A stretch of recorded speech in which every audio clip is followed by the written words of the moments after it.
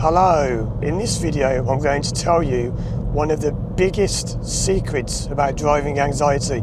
This is a massive mistake that people make when they're overcoming the fear of driving, and this will explain why nothing you're doing is working and why it just won't go. Even if you've done therapy, this is going to help you understand it much better. So, as I always say in my videos, driving anxiety has nothing to do with driving. Just in case you haven't seen my videos before, the way you fix the fear of driving, or any anxiety for that matter, it could be a fear of flying, doesn't have to be driving, could be anything. You have to find what the root cause of it is. So your problem as you experience it now was once something else, and your driving anxiety is just an old problem that's coming up. But here's the mistake that people make with that. When people think about what's causing the issue in therapy, because this won't work if you just sit consciously thinking, oh, what's causing this? You have to be in hypnosis for this to work. When you go back and you start thinking about what's causing this, you will often come up with something that seems crazy. So people have said to me, oh, I watched your videos and you're talking about someone who went back and they found this old memory from childhood. How could that ever have anything to do with driving? You don't know what you're talking about. It's got to be to do with driving. Think about what they just said. They just said that someone found an old memory from childhood. What's that got to do with anything? That's the whole point. You see, when you find this memory that you're looking for, it will have no relevance to you now as an adult. But the big thing is, it did have relevance to you back then as a kid. And that's the big thing people get wrong. So let me explain. Let's imagine that as a kid, I broke my toy robot when I was 5 years old.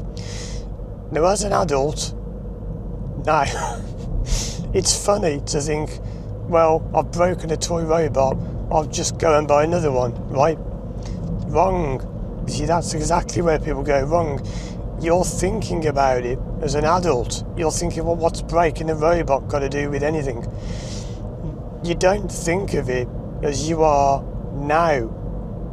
You think of it as you would have been then. So imagine that you're 5 years old, right? And you've broken your toy robot, your favourite toy. That would have been the biggest problem ever. It would have been the worst thing that's ever happened in your life. Because remember, back then, you didn't have bills to pay, you didn't have a mortgage, you didn't have maybe children, responsibilities. That's your life now. So you can look back and think, oh, when I was 5 I broke this toy. Yeah, so what? Because you're looking at it from an adult perspective. It's not how you do it. You see, one of the big reasons hypnosis works is because when you do hypnosis, you can go back in your mind and become that 5-year-old again. And it's quite funny, people often say this is really weird. Why am I crying? I'm crying about something. It's because you broke your robot. And people say, well, that's crazy. Why am I crying about a robot? Because you've got to remember, you're not crying as an adult. You're crying as the younger you. The 5-year-old you that would have been distraught. You would have been inconsolable if you broke your toy robot. And you see, if you think about it, the feeling you had back then when you broke that toy robot, how did it feel? Did you feel stressed, angry, anxious? Maybe a bit like when you drive now, right? You get it? Because that's the old feeling that's coming out when you drive. That's what it is. It's this old thing from years ago that you thought you'd forgotten, but you hadn't. Because you see, your subconscious doesn't forget these things. So this memory of breaking your robot would have been completely lost to you. You probably wouldn't have even thought about it. But when you do therapy, it comes up and you think, oh, I haven't thought about that for years. And then the emotion comes up and people cry, and I can't understand why. The big point of this video, the big secret tip, mistake, whatever you want to call it, is that people analyse things now as an adult. They want it to make sense now, but why would that make sense? It doesn't make sense now because you're an adult. When you do hypnotherapy, you go back, you regress. You've probably heard of regression, right? That's what it is. You regress to being that 5-year-old, and you understand what the 5-year-old was upset about because their favourite toy had been broken. There may be more to it than that. The story can go deeper and deeper.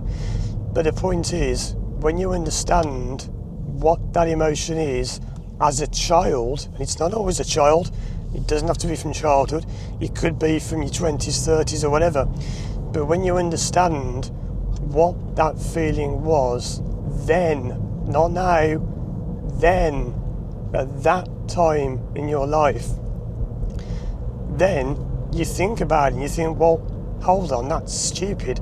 I'm not going to get upset because a robot got destroyed. I can just buy another one. Then what happens is your mind rethinks the experience. So when you go out driving, even if you think of that, and why you think of that doesn't matter, you don't have to know why.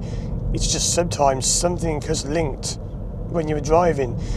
It's not always this obvious, but let's just make an obvious example. I'm driving and I'll see an advert for a toy robot and I just forget it. But 20 minutes later, my mind thinks of it, then it links it to that memory from when I was a kid, and I got upset because I burnt my robot. That's just a theory. You never really have to know how it began, doesn't matter. The point is, that robot was relevant to you then, but you're reliving that emotion now. So you break the chain, you disconnect the feeling from then, from now. So you go out and you might be thinking about a robot, you might not even know it, but the emotion won't be there because you've put it back in its box, you've put it back in its place. Your mind has sorted out where that emotion belongs. So, you see, when people say to me, oh, you're crazy, you believe all this nonsense about childhood and toys, there's often this thing, isn't there? It's a common, what you call it now, one of these common memes or whatever, and you see someone crying, oh, they didn't get the right toys as a child. That's where it comes from, it's true. And you can laugh at it, but at the end, those people laughing, oh, they didn't get the right toys as a child, that's because they're thinking of it as adults. They've forgotten what it was like to be a child and not have the toys. And I've seen this over and over again with the hundreds of clients I've worked with, and what's quite spooky is sometimes people regress so much they even start speaking like a baby. They're talking like this, my robot's been broken, and it's quite spooky.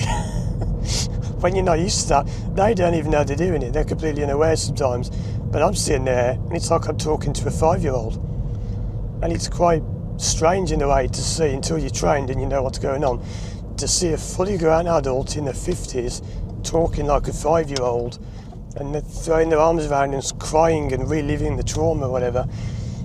It can be a bit odd, to say the least, but you get used to it. And I'd like to point out that just my own thoughts on this, I don't necessarily believe, because some people believe that like the spirit of their childhood is living within them. For me, I always like to look at things more rationally, and all right, maybe that's true, maybe we have all got this inner child. I can do other videos on this if you want, but no doubt there are lots of videos on the inner child. It's what we call the inner child, the inner you that's got this problem. My thoughts are, it's probably just old thoughts. I don't really go for this, the spirit of your child is trapped. If you believe that, fine. I can't prove what I think, you can't prove what you think. It's just thoughts, models, ideas, theories. But I think it's just old thoughts. I don't really believe that, the child is living within you and this younger you is wanting to get out. For me, It's just old thoughts. It's just stuff stuck in your head. And we all have that, right? We all have times when you might see a toy on the internet and you think, oh, I used to have one of them when I was a kid. Oh, I haven't had one of them for years. I remember that. I remember the sound it used to make. Well, there you go. You're just remembering old toys. It doesn't mean the child's living within you. Maybe it is. I don't know. I mean, I'm not responsible for making the human mind. I can't say exactly how it works. But for me, it's just thoughts. It's old thoughts. But they get stuck. And you can change them and alter them. So there you go. That's what it is. It's all about understanding that the thoughts that come up are not relevant now. That's the whole point. They're not relevant now, but they were back then. So when you're looking for this cause of your problem, first of all, bear in mind, you've got very little chance of doing it if you're not in hypnosis. And hypnosis, again, is not a lot of people think. It's not about lying down and relax. You feel calm, you don't have to do that. It's not how you do it. You can do it that way, but it's not the best way by far. But when you're in hypnosis, it just simply means you can focus on things. Again, I like to do things in a down-to-earth way. I don't believe that hypnosis is some magical power and it's a spiritual power. If you believe that, fine. I believe it's just when you focus on something and you block everything else out. And you focus and focus and focus. And we've all done this, right? When you're driving, good example. Have you never driven somewhere and you get out and think, how did I get here? And you can't even remember how you did it. You're just an autopilot. There you go. That's hypnosis. You drive in hypnosis. The problem is, if you've got driving anxiety, you've stopped doing that. You've started thinking about your driving consciously. That's what you're thinking. Oh, the car behind's too close. Or am I going too fast? What's the speed limit? You're thinking about it too much because it's gone from your subconscious to your conscious. So you've got to put it back in your subconscious. That's what we do.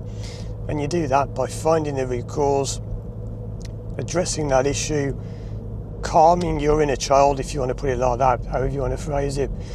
You put things back where they belong, the thoughts, and then even when you drive, even if you think of those things, you won't do anything.